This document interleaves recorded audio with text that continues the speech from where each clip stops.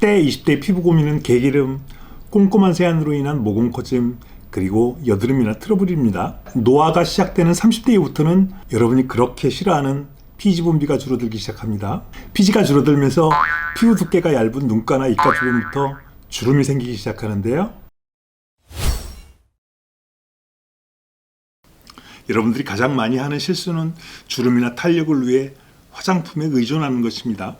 젊음을 되돌린다는 EGF나 줄기세포 화장품 등이 화장품 회사의 매출을 늘려주는 것이지 주름과 탄력을 유지하는 데는 많이 모자랍니다.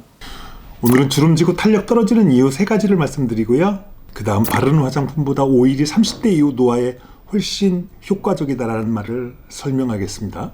주름지고 탄력 떨어지는 3가지는요. 첫째, 자연적인 노화. 둘째, 피부에서 수분 증발을 막지 못해서이고요. 셋째, 자외선 차단을 하지 못해서입니다. 이 중 자연적인 노화는 누구나에게 공평하게 적용됩니다. 그러면 동일한 나이에도 불구하고 누구는 주름이 많고 누구는 적은 것이 무엇 때문일까요? 특히 40대 이후부터 같은 또래임에도 불구하고 주름과 탄력에서 확연한 차이를 보이는데요.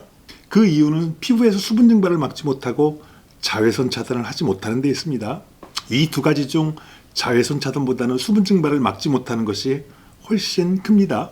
이해하기 쉽게 예를 들어보겠습니다. 왼쪽 컵에는 물만 있고요. 오른쪽 컵에는 물 위에 오일이 있습니다. 3일 지난 후에 물의 변화를 보면 물만 있는 컵은 수분이 증발되었지만 물 위에 오일이 있는 컵은 물의 양이 변함없습니다. 주름지고 탄력 떨어지는 이유는 간단합니다. 여기 탱탱한 포도가 있는데 수분 증발이 되어 주름지고 탄력이 떨어진 건포도로 변하는 것입니다. 이것은 사람한테도 마찬가지인데요. 젊은 피부는 다른 것이 아니고 피부에서 수분 손실이 일어나서 주름지고 탄력이 떨어지는 것입니다. 그래서 수분 손실을 막아주는 오일을 바르면 또래보다 주름이 덜 집니다. 물론 바르는 화장품도 수분 증발을 막아주는데요. 오일에 비하면 상당히 부족합니다. 여러분, 이것이 안티에이징의 핵심입니다. 그러나 현실은 어떨까요? 오일에 대해 대부분 비판적인데요. 오일에 대해 전문가나 의사분들이 하는 말의 대부분은 오일이 모공을 막는다고 합니다. 그런데 색조 화장품 성분인 돌가루나 철가루는 모공을 막는 정도가 아니고요. 모공에 처박히는데 이러한 색조 화장품에는 왜 아무 말도 안 하는 것일까요?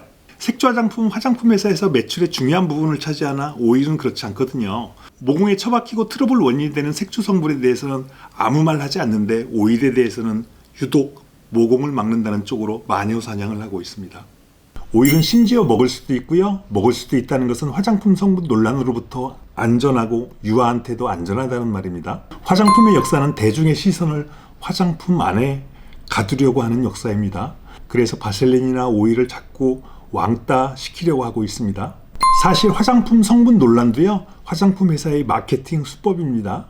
좋은 화장품 성분이나 피해야 할 화장품 성분으로 구분 짓는 과정이 결국 소비자의 시선을 화장품 안으로만 집중시키기 위함이거든요.